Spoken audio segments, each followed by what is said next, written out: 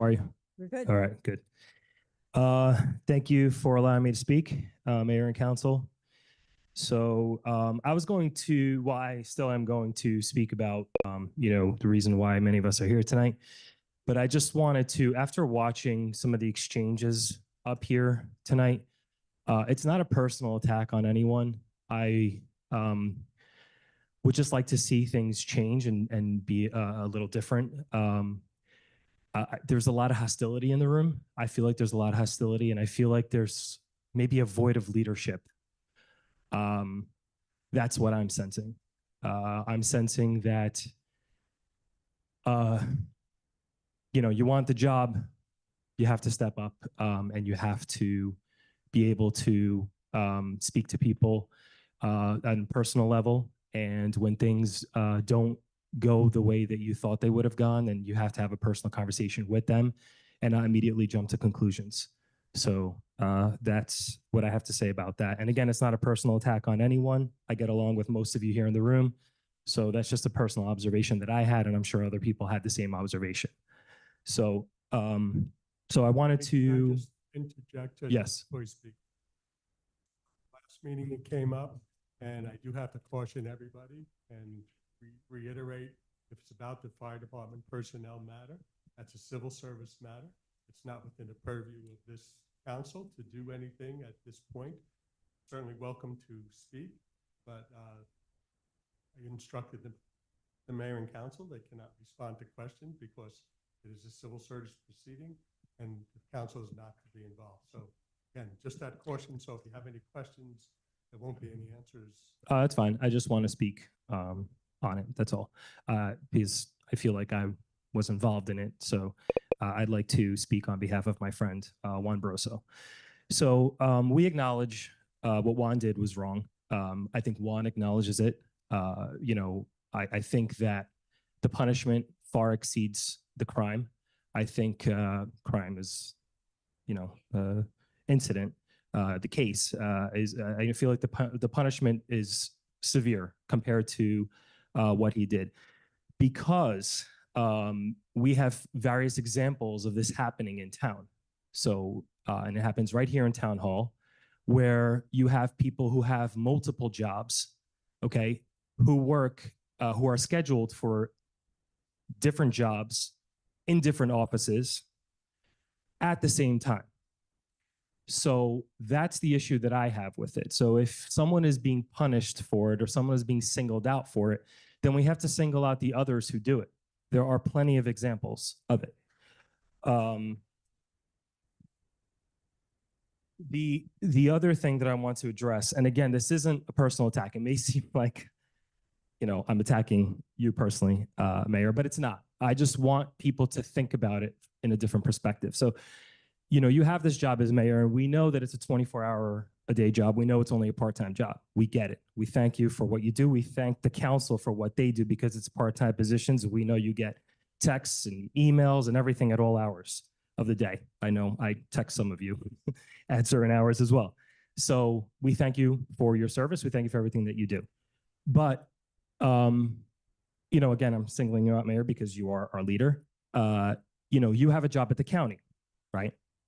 So being mayor is a 24-hour job, right? You get emergency phone calls in the middle of the night. You may get it during the day. You may get it in the afternoon. So there are times, I'm sure, that you have gotten an emergency phone call or an emergency text or an email about town matters. And so, my question to you, it's a rhetorical question because I think I already know the answer. Are you answering those texts and those emails while you're on the clock at the county? Because that's essentially what Juan did, right? So that's what we have to think about. Another thing that we have to think about, what I wanted to go back to the point where people have multiple jobs in town. So, and it happens not only in Kearney, it happens in a lot of places in government. That's why a lot of us are tired of government as usual and politicians. So none of us get that luxury, right? How many of us work a job while we get paid for another job? You know what I mean? At the same time. It doesn't happen. We don't have that luxury. We're not working as a firefighter and we get paid to do security at the same time. Like it doesn't happen. But it happens here in town. and it happens with our tax dollars. So I would like for that to be addressed, and I would like for there to be some sort of ordinance or something in town that prevents that from happening. And I think we know who some of those people are that have those double jobs, and I would like for that to be addressed. Because like I said, if Juan is being punished for it, and if Juan is being singled out for it, then everyone needs to be singled out for it.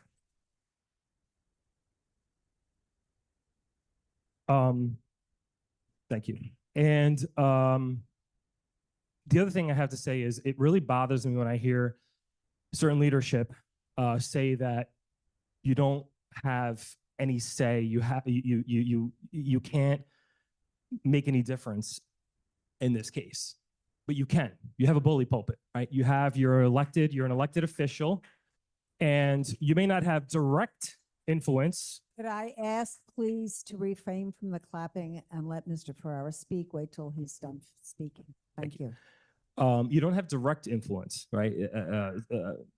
I think we acknowledge that, but you do have indirect influence. You do have a bully pulpit, and especially the office of the mayor. You have a very powerful bully pulpit.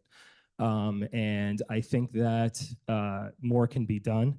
I think that a deal, from my understanding of what I heard from other people, that there was a deal in the works. There was a deal in the works, and just today, this morning, there was no deal. So, which gave it very little time to plan for people to be here today. So I just want to conclude with this.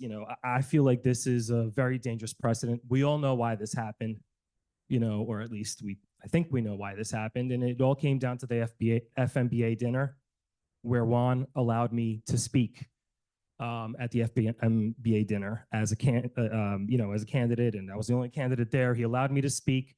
I didn't know if it was a good idea. We kind of, but I did it, and I thank Juan for doing it. I didn't make it political. I spoke about my support for unions. That's it. I didn't speak about anyone else. I didn't bring up the campaign. I didn't do anything like that. And so I feel like this is a dangerous precedent, because what we're doing here is we're silencing employees, right? It doesn't matter. Juan can't vote in this town. He doesn't live here. So his support or non-support, I don't know if he supports me. He's never said that he supports me. He just literally said, you supported us. We want to give you a platform. That's it. You know what I mean? You can speak if you want to, because you came here and you supported us, and we purchased 2 tables or whatever it was, and a lot of us came to, a lot of us spent money on raffles, and so he wanted to give back, I guess, and I don't think it was anything nefarious, and even if he does support me, or I just feel like it's very dangerous for these voices to be silenced. We need, especially nowadays, we need more employees to not feel afraid, and more employees to speak up about things that aren't going right in town. So I speak to a lot of employees, police officers, firefighters, teachers, and many of them tell me that they know things that are going on in town, and they can't speak up. They feel like, retribution, there will be retribution against them. And we spoke about this, Mayor. We spoke about the revenge that goes on in this town. You and I spoke about it. So this is dangerous because it tells other employees, you better not speak up. You better not support someone else. Keep your mouth shut. That's essentially what I feel is being told to the rest of employees by making Juan an example. And I think it needs to end. It's not fair. He has a family. He's given a lot to this community. He's an exemplary member of the community. And just let's stop it. Stop the shenanigans. Stop fighting with each other. Stop fighting with the employees. Let's all work together to make this town a better place. That's all I have to say. Thank you. So my third item is I'm definitely here in support of Juan Barroso. We all know what happened. We all know why it happened. It's got to stop. I mean, there's only one acceptable deal. He should be fully reinstated, all his back pay, back to his original position, and let's move on with our lives. He is a good citizen, and he's contributed a lot to our town over the years.